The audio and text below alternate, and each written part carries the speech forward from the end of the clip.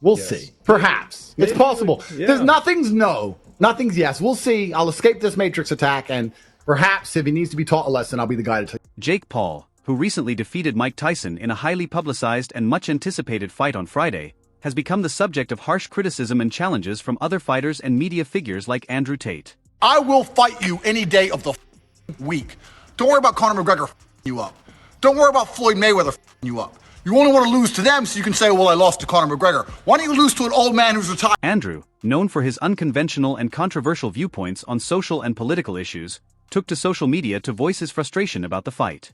He commented on how it was outrageous for a young fighter like Jake Paul to stage a brutal match against a living legend like Mike Tyson and then boast about winning.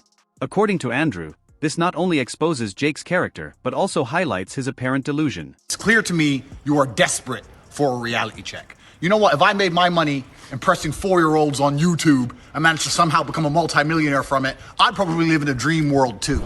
There are a whole bunch of men out here who will never be as famous as you, will never make the money you've made, who would kick the living out of you.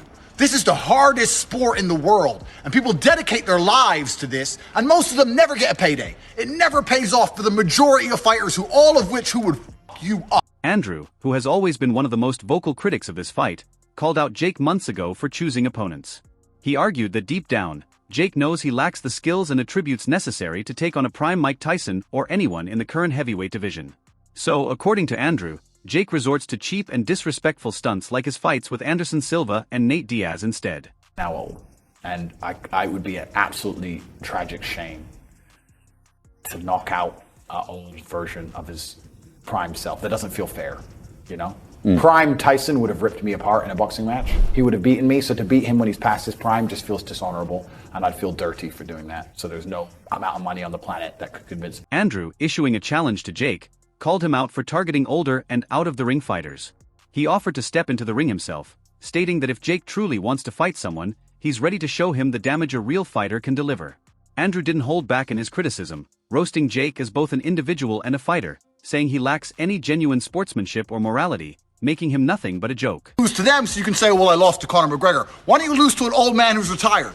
I live in the real world, Jake. There's a whole bunch of fighters out here who live in the real world. Men who are dangerous and dedicated their lives to this sport and don't have a fraction of the money you have because you managed to become a clown. The biggest clown on the internet. If you want to fight and you want to send a contract, send one to me.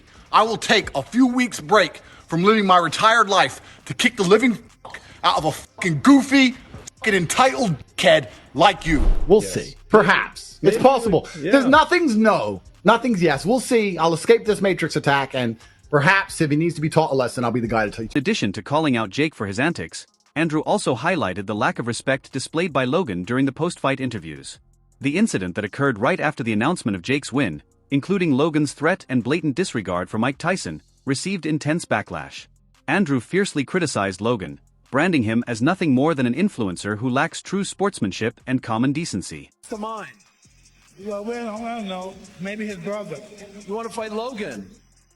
Logan, I think he said you might be next. I'll kill you, Mike. No, please, no. In response to the video, Andrew tweeted, "Logan Paul is the most unlikable person I've ever seen, disrespecting a boxing legend like Mike Tyson. This guy scammed his own fans and filmed a dead body. How does he still have a platform? He's a piece of __. You guys somehow make anybody famous." Despite the criticism, one notable aspect of the event and Jake that was later acknowledged by Tate was the marketable nature of these bouts. Jake's ability to sell a fight, no matter how unorthodox or unappealing it may seem, was evident. After all, this fight between him and Jake Paul broke viewership records, with more than 60 million households around the globe tuning in to watch the battle between an old warrior and a new challenger. Jake's an okay guy. I mean, he's putting boxing on the map. To be fair to him, to be fair to the guy, he can sell tickets. Yes. And it's amazing what we were talking earlier about sales. Yeah. I mean, nobody, and this is with all due respect, nobody should give a shit about watching a 60-year-old fight a 27-year-old. But Jake can make them care. Yeah. And because he can make them care, he gets paid more than most boxers will ever make in their entire careers for Dana White, who is the CEO of UFC and also one of the most brutal haters of Jake Paul, also admitted the success of this event, commenting that even though he does not appreciate fights like these and will encourage the young inspiring athletes to participate in the, no one can deny their lucrative nature, holding Mike as the major reason for this success. Dana stated that even though Jake had his fair share of fan base tuning into watch the event, the vast majority of viewers consisted of Mike's fans. Ton of money, and I know people are mad you stayed home on a Saturday night, but you didn't pay for it. You know what I mean? And you know, this is what Mike Tyson, when Mike Tyson shows up, everybody makes money, you know? Jake Paul is, you know, I don't have to tell you guys, you guys know, Mike Tyson is the A++++ side of that thing. And he was right. Jake Paul couldn't do shit to him. So he was right and I was wrong.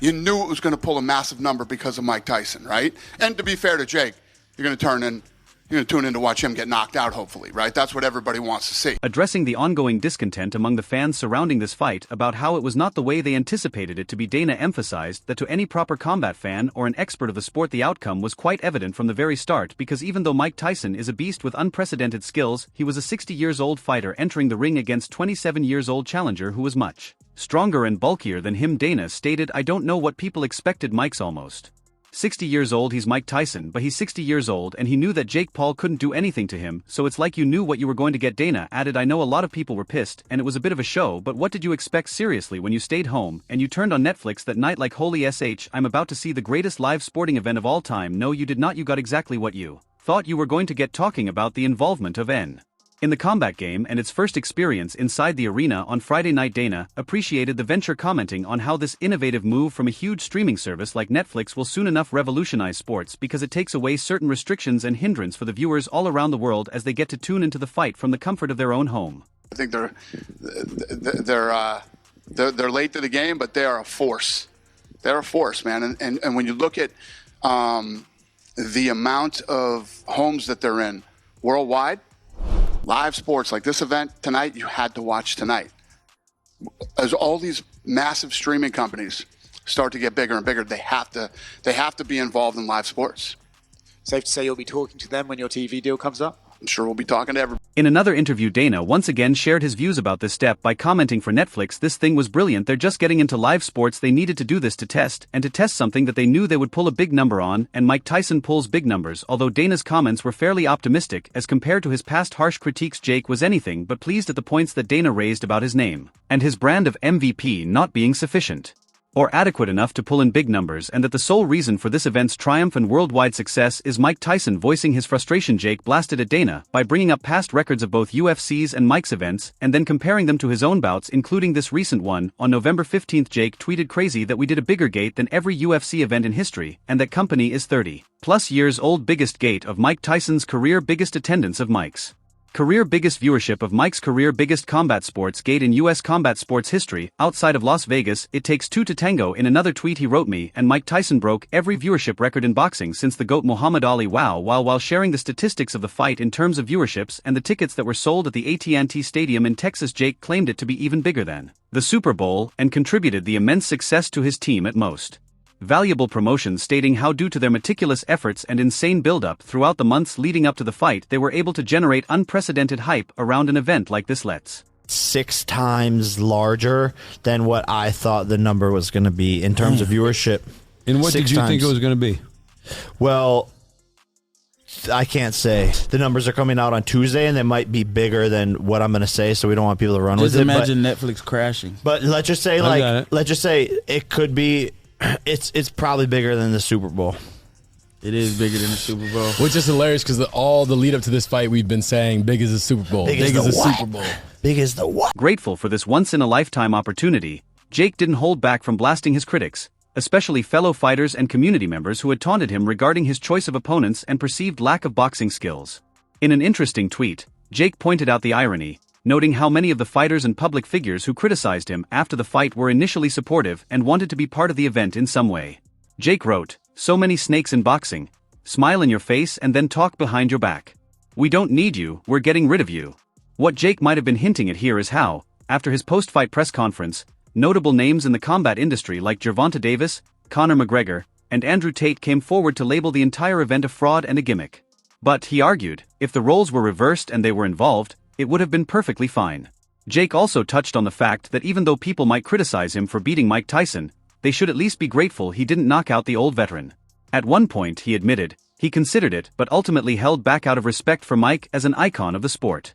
After I seen him a little bit tired, I didn't want to put too much hurt on him, but I wanted the fans to get a good experience.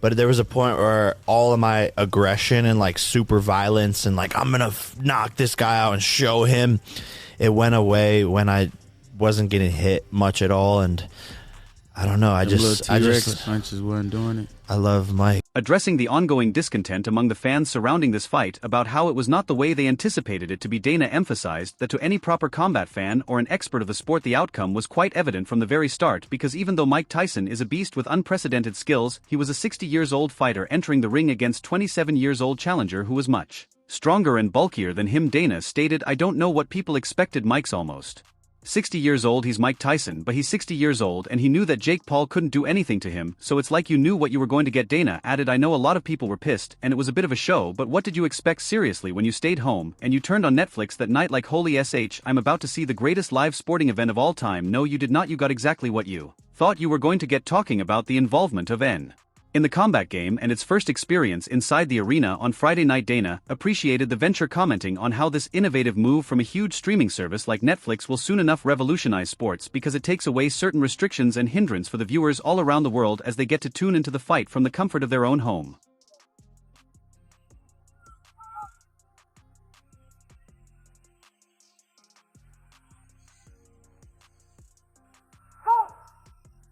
Ooh.